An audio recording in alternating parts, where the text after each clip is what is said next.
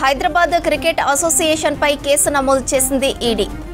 ఈసీఐఆర్లో 5గురిపై కేసులు నమోదు చేసింది. గతంలో నమోదైన 2 హెచ్సీఏ కేసులను కలిపి కొత్తగా ఈసీఐఆర్ పీఎంఎల్ఏ సెక్షన్ కింద కేసులు ఫైల్ చేసింది ఈడీ.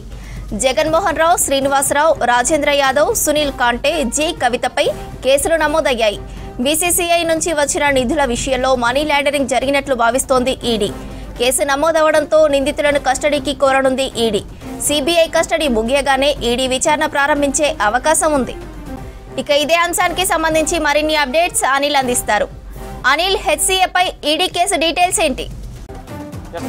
హైదరాబాద్ క్రికెట్ అసోసియేషన్ పై ఈడీ ఎన్ఫోర్స్మెంట్ డైరెక్టర్ కేసు నమోదు చేసింది కాసేపటి క్రితమే. ఇటు ఏదైతే గతంలో నమోదైనటువంటి కేసుతో పాటు ఈ కేసు, ఇప్పుడున్నటువంటి కేసు రెండూ కలిపి కూడా ఇప్పుడు ప్రజెంట్ సిఐడి కస్టడీ విచారణ జరుపుతుంది. సో ఈ సిఐడి కస్టడీ విచారణ అనంతరం ఈడీ కూడా కస్టడీకి తీసుకొని విచారించేటువంటి అవకాశం ఉంటుంది. ఎందుకంటే మనీ లాండరింగ్తో పాటు హెచ్సీఏలో నిధుల గోల్మాల్ భారీ మొత్తంలో జరిగింది కాబట్టి సో ఇట్లాంటి విషయాలపైన ఈడీ పూర్తిగా దర్యాప్తు చేయనుంది. దీంతో పాటు ఇటు ఈసీఐఆర్లో నమోదైనటువంటి 5 అంటే ఈసీఐఆర్పై 5గురి పైన కేసులు నమోదయ్యాయి. ఇందులో A1 ఉన్నటువంటి జగన్మోహన్ రావు, తర్వాత శ్రీనివాసరావు, రాజేంద్ర యాదవ్, తర్వాత సునీల్ కంటే, కవిత A6గా ఉన్నటువంటి కవిత పైన కూడా ఇందులో ఈ ఈసీఐఆర్పై 5గురి పైన కేసులు నమోదయ్యాయి. దీంతో పాటు ఇటు ఈ ఈడీకి సంబంధించి అంటే ఈ హెచ్సీఏలో జరుగుతున్నటువంటి మొత్తం వ్యవహారంలో కూడా ఇటు ఈడీ ఎంటర్ అయింది కాబట్టి ఈసీఐఆర్ అండ్ పిఎంఎల్ఏ కింద కూడా ఈ సెక్షన్లో కింద పిఎంఎల్ఏ సెక్షన్ కింద కూడా కేసులు నమోదు చేసినటువంటి ఎన్ఫోర్స్మెంట్ డైరెక్టర్ పూర్తిగా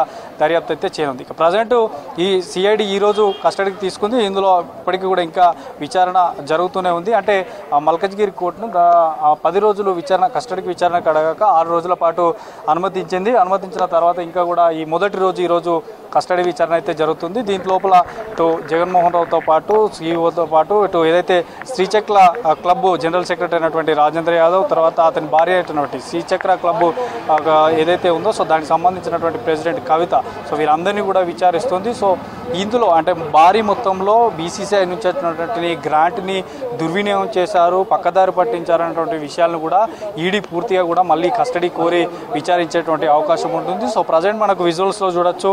అందులో ఉన్నటువంటి ఏదైతే సిఐడి కస్టడీ విచారణలో ఉన్నటువంటి నిందితుల తరపున న్యాయవాదుల సమక్షంలో ఈ విచారణ జరుగుతుంది కాబట్టి సో ఏదైతే ఈ 5గురు నిందితులు ఉన్నారో 5గురు నిందితులకు సంబంధించినటువంటి ఆ న్యాయవాదులను కూడా లోపలికి తీసుకెళ్లి అక్కడ సిఐడి ముందు పెట్టి సో వారి సమక్షంలోనే ఇంకా విచారణ కొనసాగుతుంది. సో ఈ ఈడీ ఎంటర్ అయింది కాబట్టి సో మొత్తానికైతే ఈ ఏదైతే హైదరాబాద్ క్రికెట్ అసోసియేషన్లో జరిగినటువంటి నిధుల గోల్మాలు, బీసీసీఐ నుంచి వస్తున్నటువంటి గ్రాంటు, తర్వాత ఐపీఎల్ నిర్వహణలో ఐపీఎల్ నుంచి వచ్చినటువంటి ఏదైతే టికెట్ల విషయంలో కానీ తర్వాత గ్రౌండ్ అభివృద్ధికి సంబంధించి కానీ సో ఇట్లాంటి విషయాలన్నీ కూడా మనీ లాండరింగ్ ఎంత జరిగింది, అసలు ఏ బ్యాంకుల్లో ఎంతెంత అమౌంట్ వీరు ట్రాన్సాక్షన్స్ చేశారు, సో అక్రమంగా ఏమైనా ట్రాన్సాక్షన్ చేశారా, అసలు ఈ ఏదైతే తెలంగాణ క్రికెట్ అసోసియేషన్ మనకి ఫిర్యాదు చేసిన తర్వాత సో జిల్లాలో కూడా ఈ తెలంగాణ క్రికెట్ అసోసియేషన్ సంబంధించిన జిల్లాల్లో ఎంత మొత్తం ఈ మనీ అంటే ఈ నిధులకు సంబంధించి డెవలప్ కోసం ఇచ్చారు, సో ఇట్లాంటి విషయాలన్నీ ఆరా తీసేటువంటి అవకాశం ఉంది. దీంతోపాటు